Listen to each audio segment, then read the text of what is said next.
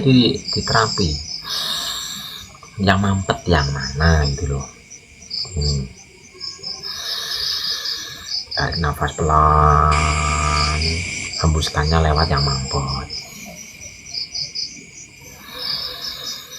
Tarik nafas pelan, hembuskannya lewat yang mampet. Itu 10 kali agar otak kanan otak kiri ini imbang. Jadi suplai oksigen, suplai darah di otak kanan otak kiri kita akan imbang, sehingga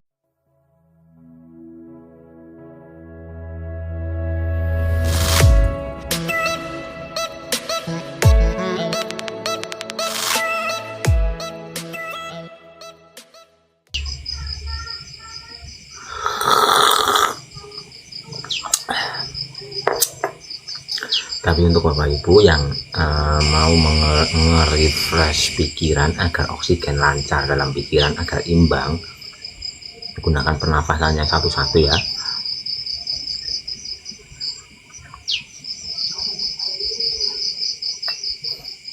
Agar ada keseimbangan dalam otak kita ini, otak kanan otak kiri.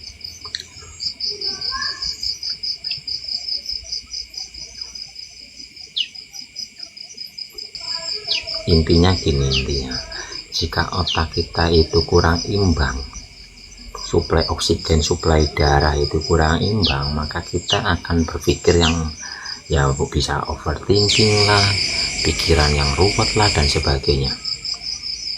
Jadi gunakan pernafasan yang gini. Hidung Bapak Ibu yang agak mampet itu yang mana? Itu yang dipencet. Coba Bapak Ibu gini, hembuskan nafas, hembuskan nafas lewat hidung yang kanan, tapi sini dipampet. Terus gantian yang kiri. Lah ini yang lebih lancar yang mana? Lah yang lebih lancar itu nanti untuk menghirup nafas yang agak mampet itu dipencet gini, nanti membuangnya lewat yang mampet. Itu ulangi 10 kali lah.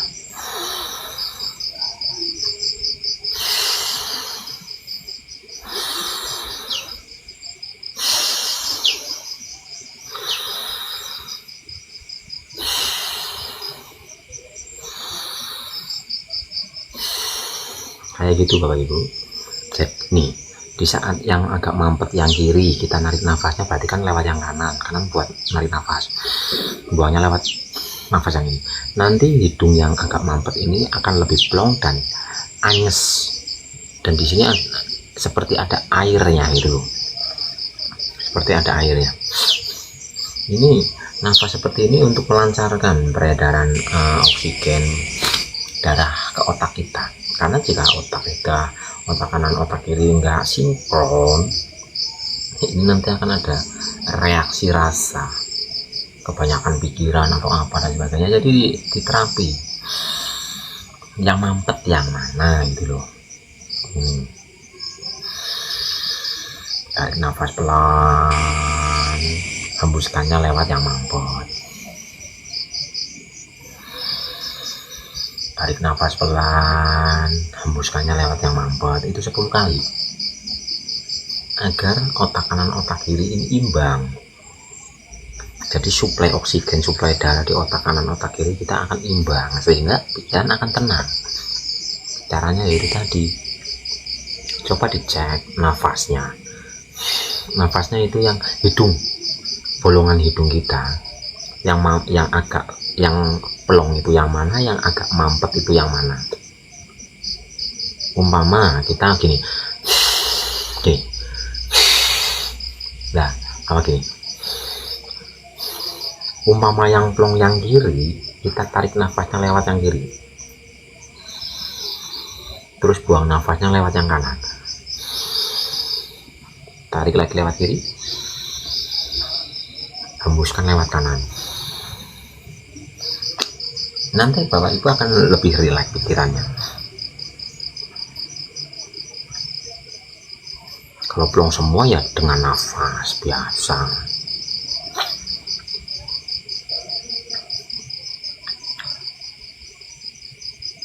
Kalau udah plong semua ya dengan sadar nafas biasa. Ini ini kan bagi yang kurang plong, yang agak mampet itu yang mana.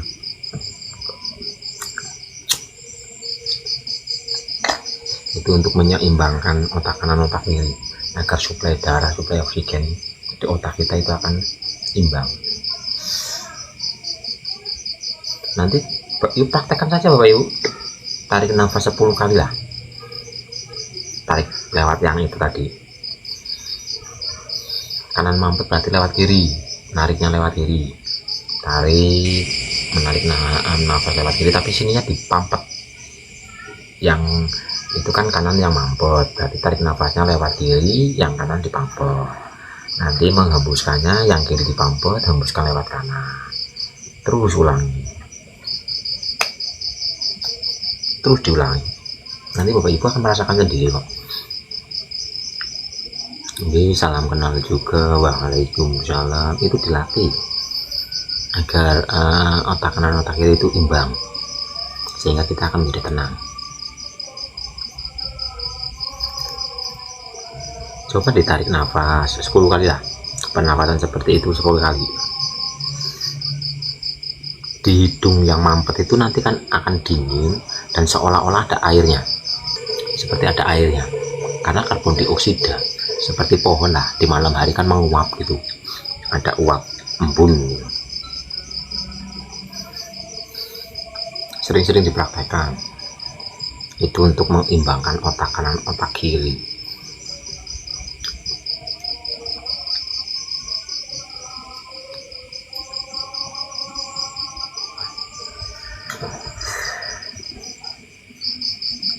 Apakah bisa dirasakan Bapak Ibu perubahannya di saat Bapak Ibu sudah praktek? Mas, narik nafasnya yang hidung bolong. Iya, kalau hidungnya nggak bolong dipampet semua, nggak bisa narik nafas, Mak. Beneran nih, nggak bisa narik nafas. Oke, sudah dipraktekkan Bapak Ibu dan merasakan apa? Nariknya sebelah mana yang plong. Hidung kita ada 2 bolongan, ada 2 bolongan, ada 2 lubang. Coba diginikan,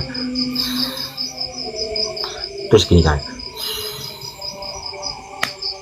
Iya Mas, lebih ringan kepalaku, yaitu biar imbang otak kanan otak kirinya. Kalau suplai oksigen, suplai darah ke otak ini imbang, pikiran itu lebih tenang, nggak kemerungsung.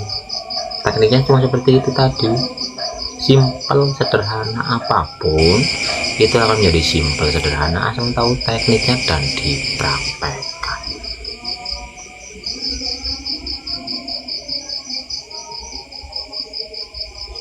Udah Mas, lebih tenang sih, tapi masih mampet yang kanan. Ya praktekkan terus kayak gitu. Bener Mas, lebih tenang. Ya memang gitu doang, ilmunya simpel sederhana, yang penting praktek.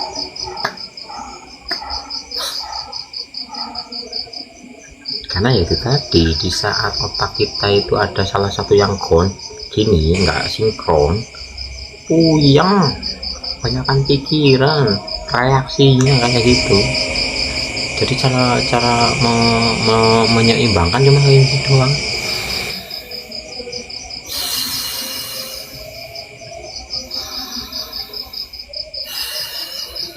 Tuh, tarik nafas pelan, hembuskan lewat sebelahnya secara perlahan juga. Terus yang kedua gini,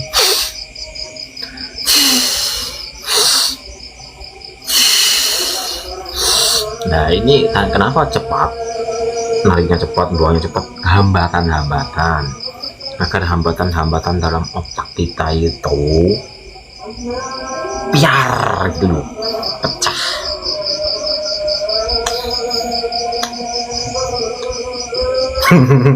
Puyeng memang Mas, sakit kepalanya terlalu banyak pikiran. Beli puyer 16.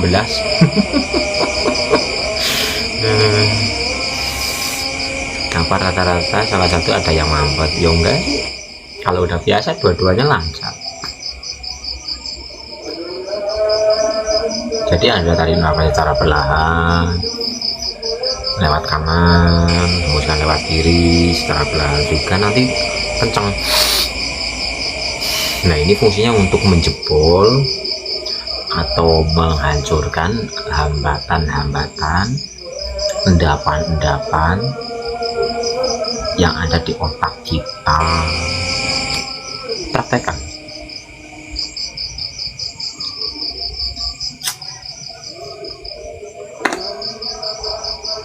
Mungkin bagi para terapis yang hubungannya dengan penyakit-penyakit, pahamlah teknik inilah.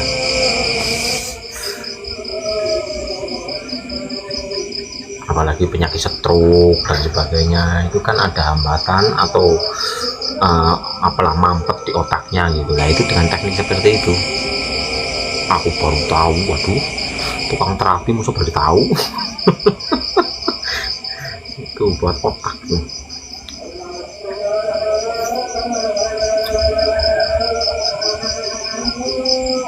Sederhana tapi nyata, ya Allah, saya tahu ilmunya ini cuma gitu doang.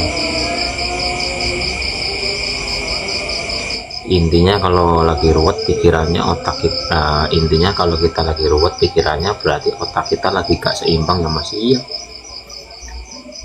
ada reaksi goncangan dalam rasa kita. Nanti prakteknya itu aja.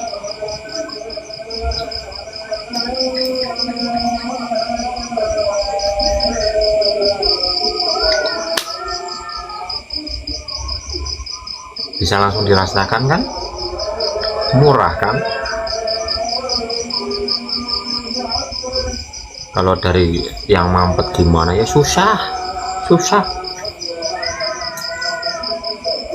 Ibarat apa ya, yang mampet ya, ibarat kita nyedot selang tapi selangnya itu terhambat, apakah bisa masuk ke dalam? Lah, yang mampet itu berarti di sini ada yang menghambat, lewatnya lewat sini masuk ke otak dari dalam, dibuang dari dalam itu loh. Harus plong, yang paling plong, nggak harus plong dulu, yang paling plong. Yang paling plong yang mana?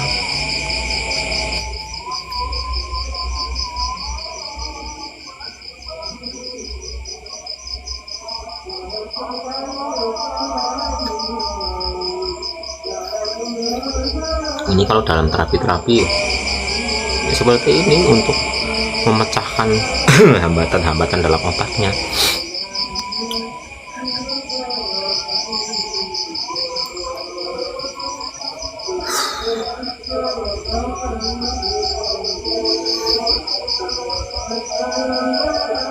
Ya, termasuk teknik seperti ini yang saya pakai dulu 2014an.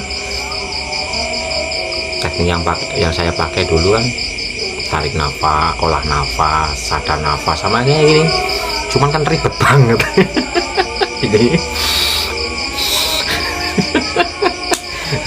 2014 2015 saya prakteknya kayak gitu ya, untuk menenangkan pikiran dulu sih, agar pikirannya itu sinkron, seimbang. Dipraktekkan aja Bapak Ibu agar sinkron. Apapun yang imbang itu enak.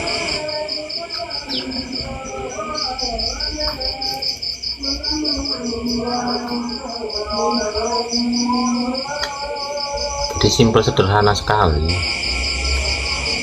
Karena seperti rasa tidak tenang dan sebagainya, karena juga ada ketidakimbangan dalam otak kita,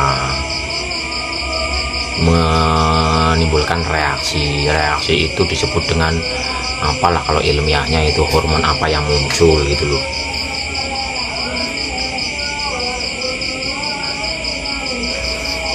Makasih banget Mas, aku merasakan getaran. Oke. Itu kalau untuk menenangkan pikiran, simpel bukan? Tapi kalau nggak tahu ilmunya, habis berapa uang untuk mencari ketenangan. Padahal ketenangan itu ya sinkronkan lah otak kanan otak kiri. Jika sudah imbang, tenang kita, pikiran akan positif. Itu nanti pikirannya akan positif Bapak Ibu. Di saat Bapak Ibu sudah merasakan tenang, nanti pikirannya dengan sendirinya akan berpikir yang positif-positif.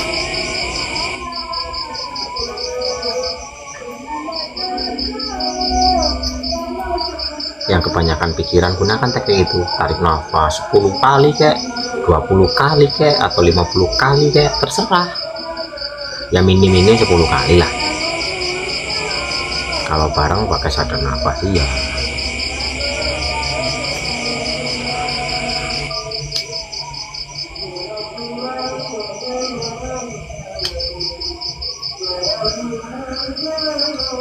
Tapi kalau yang kenceng tadi, nariknya yang kenceng itu untuk menjebol hambatan-hambatan dalam otak. Kan di otak kita itu ada pembekuan lah, yang ibaratnya oksigen yang tertahan sehingga nanti jadi kaku, jadi beku dan sebagainya itu gitu. Jadi dipraktekkan. Jadi simple, sederhana, asal tahu ilmunya itu simple dan sederhana. Yang penting harus sering dipraktekkan di Bapak Ibu.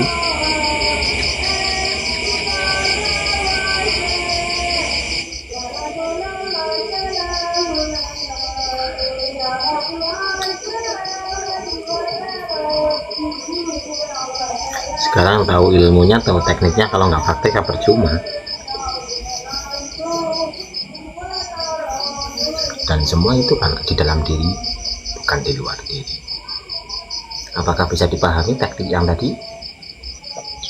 Tarik nafas perlahan, hembusan, ya, hitungan minim 10 kali ya.